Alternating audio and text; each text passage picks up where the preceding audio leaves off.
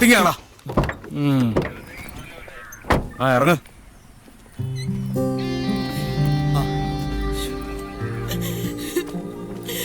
എന്റെ മോനെ, എന്ത് പണിയാണോ നീ കാണിച്ചത്? സോറി സോറി പപ്പ. അവളോട് പോകാൻ പറയടാ. അതെ, CI സാറ് വിളിച്ച് പറഞ്ഞോണ്ട് കേസാക്കുന്നില്ല. അല്ലെങ്കിൽ മോനിപ്പോ പുലിവാല് പിടിച്ചനെ. സർ, ഇതുവരെ അടിവാരത്ത് ബോഡി ഒന്നും കിട്ടുന്നതായി റിപ്പോർട്ട് ചെയ്തിട്ടില്ല. സർ, അയാള് മരിച്ചിട്ടുണ്ടാവില്ലല്ലേ? ആ, ചേലെപ്പോലെ മടക്രിമിനടുപ്പുണ്ടാവും, ആർക്കറിയാം.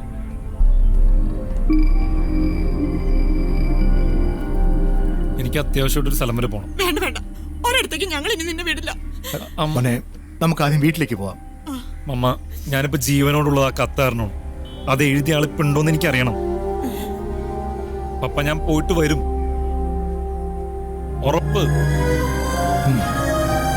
ഞാൻ പോയിട്ട് വരാം. നമുക്കാരുടെയും ഉള്ളു തുറന്ന് നോക്കാൻ പറ്റില്ലല്ലേ ഏട്ടാ. ആ ചെറുക്കനെ ഞങ്ങൾ അപ്പൊ തന്നെ പറഞ്ഞു വിട്ടു. പാവം കിച്ചു മനസ്സാവാചാരത്തൊരു കാര്യവും. അവൻ എങ്ങോട്ടാ പോയെന്ന് അറിയില്ലെന്നാണ് അവന്റെ അച്ഛൻ പറഞ്ഞത്.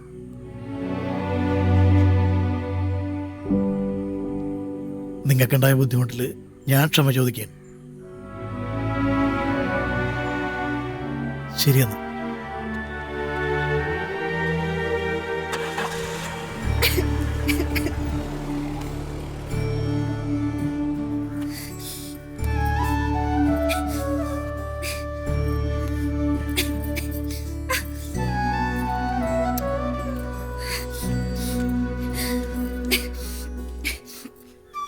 മോളെ,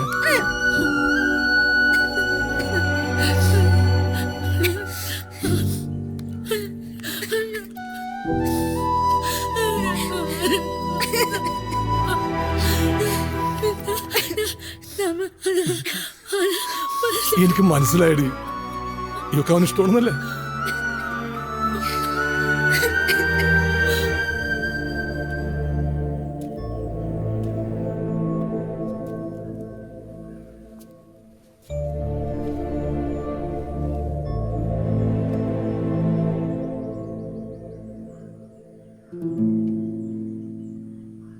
സുരേ,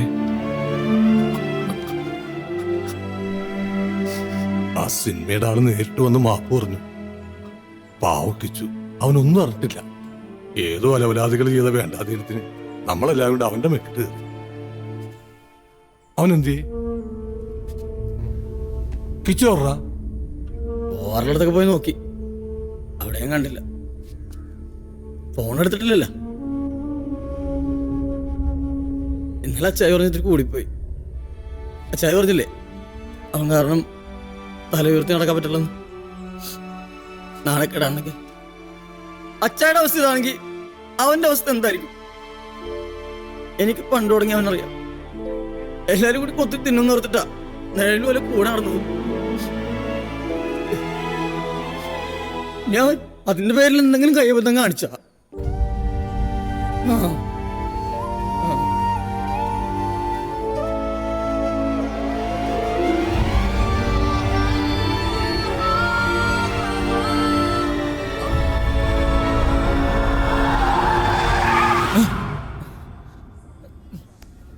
സാറേ, സ്ഥലമെത്തി.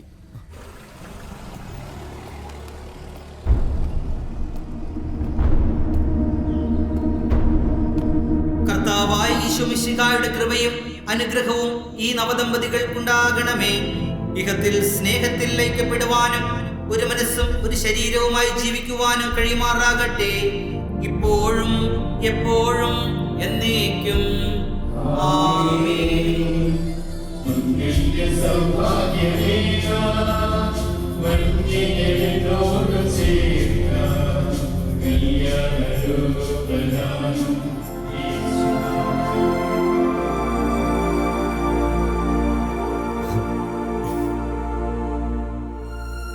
ഞാൻ വീട്ടിൽ പോയിണ്ടായിരുന്നു.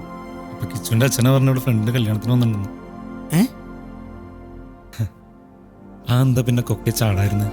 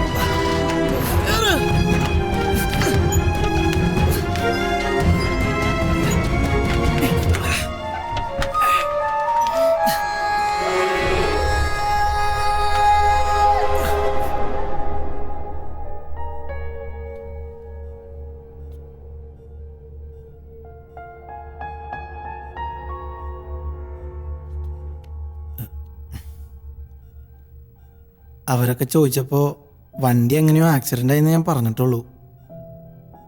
പക്ഷെ എനിക്കറിയാം അതല്ലാന്ന്. ഇത്രയും സൗഭാഗ്യങ്ങളൊക്കെയുള്ള സാറൊക്കെ എന്തിനാ സാറ് ആത്മഹത്യ ചെയ്യാൻ പോണേ? പറ്റിപ്പോയി. ജീവിതത്തിൽ സക്സസ് മാത്രം കണ്ടിട്ട് പെട്ടെന്നൊരു പരാജയം വന്നപ്പോ പിടിവിട്ട് പോയിടോ. താങ്ങാൻ പറ്റിയില്ല. എല്ലാം ആ ഒരു നിമിഷത്തെ ചിന്തയാ. ആ നിമിഷം അതിജീവിക്കാൻ കഴിഞ്ഞാൽ പിന്നൊരാളും ആത്മഹത്യക്ക് ശ്രമിക്കില്ല. തന്നെ രക്ഷിക്കാൻ വേണ്ടിയിട്ടാ ഞാൻ പെട്ടെന്ന് അങ്ങനെ.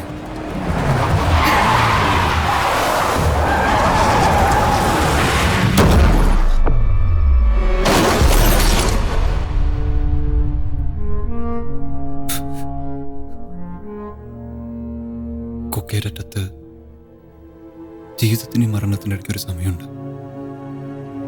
അപ്പോഴാ എന്നെ സ്നേഹിക്കുന്ന ആൾക്കാരെ മുഖങ്ങളൊക്കെ ദൈവം എനിക്ക് കാണിച്ചത്. നമ്മളെ സ്നേഹിക്കാനൊക്കെ കുറെ ആൾക്കാരുണ്ടോ, നമ്മളത് കാണാഞ്ഞിട്ടാ.